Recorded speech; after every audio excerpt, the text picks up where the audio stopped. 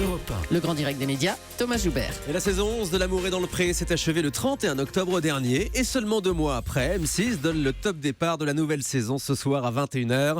Karine Le Marchand va nous faire découvrir les 7 premiers participants de cette saison 12. Au total, ils seront 14 célibataires, dont 3 femmes âgées de 27 à 60 ans, tous à la recherche de l'amour. Karine Le Marchand, bonjour. Bonjour. Alors, dans la façon dont vous présentez, d'abord, bonne année à toutes et à tous. Bonne année, meilleurs vœux à vous. Voilà. Dans la façon dont vous présentez, c'est genre, ah ben, on vient de le finir et ça y est, ça revient. Parce que c'est Quand il y en a exactement plus, il y en a l'impression que encore. j'ai, Karine Le Marchand. On a l'impression qu'avant L'amour est dans le pré était un programme événementiel. Alors on voyait les portraits au début de saison et puis effectivement c'était concentré sur l'été. Là on a l'impression que vous tirez à la ligne Non, et que ça c'est pas- dure et que vous tirez sur la corde. En fait. Mais non, c'est parce qu'il y avait le foot, en fait. C'est parce qu'on a démarré plus tard cette saison, l'été dernier. Et que c'était extrêmement long, c'est terminé le 31 octobre. Bah, parce qu'on a commencé en juillet Hmm. et non pas en juin. Donc forcément, oui, ça s'est décalé dans le temps, mais on est obligé de commencer toujours en janvier, comme d'habitude, pour présenter les portraits, pour que les femmes et les hommes célibataires écrivent, et puis pour commencer à fabriquer le programme. Mais pour qu'il avant soit prêt c'était l'été. concentré sur l'été, maintenant ça dure des mois et des mois. Vous n'avez pas l'impression que ça appauvrit le programme ? Bah, étant donné les scores qu'on fait, je crois que notre chaîne, elle décide de laisser ça comme ça. Hein. Et de tirer un petit peu sur la corde. Bah, comment renoncer à 4,5 millions chaque lundi, leader par rapport aux autres chaînes Alors ce sont des scores toutefois qui sont en baisse de saison en saison. Ça c'est normal ou c'est inquiétant ? normal. Il faut renverser la tendance. C'est normal parce que c'est la 12e saison qui commence et parce qu'il y a de plus en plus de replays et qu'avant on ne comptait pas les replays. c'est vrai. Et c'est une émission qu'on regarde beaucoup en replay. C'est une émission de plus en plus qu'on choisit de regarder, pas forcément le lundi soir parce que parfois ça se finit tard, mais le week-end d'après, etc. Donc c'est une émission qui est particulière. Et le replay, ça compense la baisse des 2 millions de téléspectateurs que vous avez perdus en 3-4 saisons ? 2 millions. Ben oui, vous faisiez 6 300 000 téléspectateurs en moyenne en saison 7, 4 millions 4 l'été dernier, ça fait 2 millions en moins. Mais c'est une catastrophe. Non, je rigole. Non, ça ne doit pas compenser. Non, bien sûr, ça baisse, mais c'est normal. Mais donc oui, c'est normal, il n'y a Bah pas oui, ça d'inquiétude s'érode. à ce Ah niveau-là. si, moi je suis toujours inquiète et j'essaye toujours de secouer le cocotier pour dire que voilà, il faut faire attention. C'est vrai qu'on est vigilant sur des choses, voilà, on peut pas tout gérer.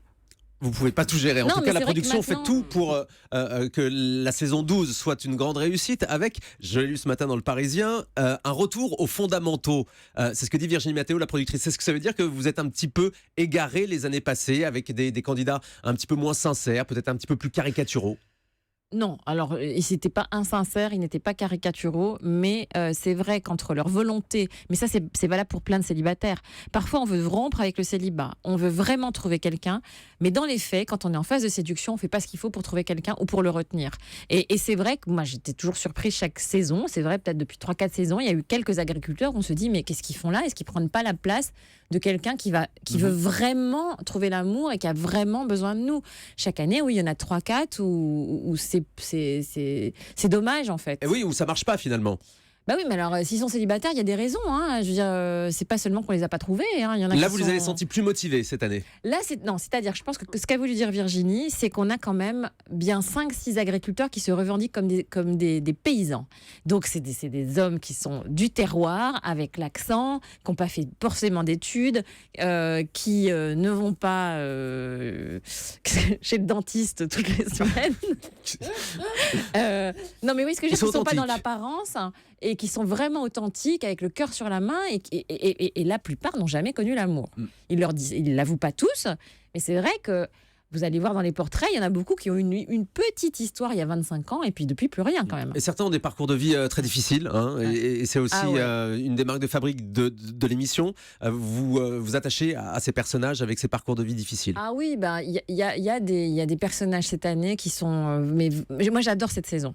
Je ne sais pas ce que ça va donner, parce qu'on ne sait jamais quand on fait les portraits. Est-ce qu'il y a Mais une saison que vous avez moins aimé que les autres, puisque vous nous Oui, dites ça moi j'aime pas quand il y a trop de jeunes. Sincèrement, je dis la vérité. J'aime pas non plus quand il y a des gens qui ont trop d'argent. C'est con, hein. Mais je me dis que quand on est jeune et riche, on n'a pas forcément besoin de l'amour est dans le pré pour trouver l'amour, parce que c'est moins désespéré quoi comme situation. C'est intéressant ce que vous dites. Enfin, c'est mon analyse à moi. Donc on chipote parce qu'on se dit que là, c'est pour le coup que l'herbe est peut-être plus verte ailleurs.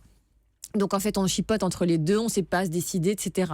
L'amour, ça, il faut se lancer, on saute dans le vide, et puis tant pis si on se ramasse. Mais si on a toujours peur d'aimer, en fait, on ne trouvera pas. Ou si on se dit qu'il y a toujours mieux à côté, on ne trouvera jamais. Il faut se poser, en fait, à un moment donné. En tout cas, on les sent bien, ces agriculteurs de cette nouvelle saison. Ils sont super. Il y en a qui ont eu vraiment des prises de conscience, qui ont changé leur vie suite à un accident de la vie, ou des deuils, ou un AVC, ou même une dépression. Et donc, ce sont des gens qui me touchent, parce que je trouve que les gens sans histoire ne sont pas très intéressants. Un petit mot du drame aussi qui a touché l'amour et dans le pré. Karine Le Marchand au mois de décembre, un des anciens participants de la saison 5, Jean-Pierre Le Guelvoux, s'est suicidé. Vous allez lui rendre hommage ce soir dans l'émission? Non.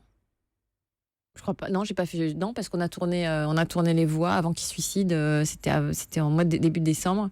Et je pense pas. Je sais pas si M6 a décidé de mettre un. En tout cas, ce sera pas ma voix qui rendra hommage. Donc je suis pas au courant de ça. Non. Il y aura un bandeau déroulant qui a priori rendra hommage à cet agriculteur. Il avait des grosses difficultés financières. Ah oui, on me dit que oui. C'est quelque chose que vous montrez aussi dans l'émission. C'est pas quelque chose que vous éludez, ces difficultés. Jean-Pierre, il avait une vie, un karma compliqué, comme on dit. Jean-Pierre, il avait perdu son papa quand il était adolescent d'un cancer du cerveau, comme beaucoup d'agriculteurs. On n'en parle pas assez souvent, mais avec les pesticides, il y a beaucoup de cancers du cerveau. Et quand il était tout ado, il avait repris un peu la place de son père avec son frère. Sa mère voulait pas qu'il trouve quelqu'un. À chaque fois, il les faisait fuir physiquement. Et il n'en pouvait plus. Et quand il nous a écrit qu'il a été sélectionné, il a dit à sa maman, tu sais, ça y est, je pense que je vais trouver quelqu'un parce que je vais faire l'amour est dans le pré. Et dans la semaine qui suivait, elle est morte. Elle a fait une crise cardiaque. Donc il a commencé dans ces conditions-là, l'amour est dans le pré. Après l'émission, c'est un garçon attachant. Quand il était dans son tracteur, il oubliait qu'il y avait le micro. Il faisait comme les enfants, il faisait mais des heures. Il était fou de ces machines. C'était un garçon très touchant. Et il était tombé amoureux plus tard d'une femme qui lui avait écrit et qui malheureusement s'était fait faucher par un camion en sortant de boîte de nuit. Parcours de vie extrêmement difficile. Alors qu'il pensait que c'était la femme de sa vie. Je vais vous dire, les trucs à répétition comme ça, merci quoi. Et je crois qu'il avait en plus des difficultés financières. Et donc il y aura bien un hommage d'M6, on le précise pour nos auditeurs, il y aura un hommage ce soir d'M6 dans l'émission. On le voit. Mais il ne faut pas oublier les autres. Il ne faut pas oublier les autres agriculteurs qui galèrent. Et voilà, c'est difficile vraiment. C'est difficile financièrement, c'est difficile affectivement, c'est difficile pour tout. Voilà. Ça fait quoi, Karine Le Marchand, d'être la meilleure intervieweuse politique de France? C'est un sondage Opinionway pour TV Mag au mois de décembre. Vous êtes classée devant David Pujadas et Léa Salamé. Écoutez, je me prends pas pour quelqu'un d'autre. Il n'y a pas de problème. Je sais que j'ai pas posé beaucoup de questions politiques dans mon émission. Ce que ça veut Là, on dire... parle de votre autre casquette, dans une ambition intime. Oui, ceci dit, il y a quand même un agriculteur, Vincent, qui ressemble beaucoup à Emmanuel Macron. Physiquement? Oui, vous allez voir.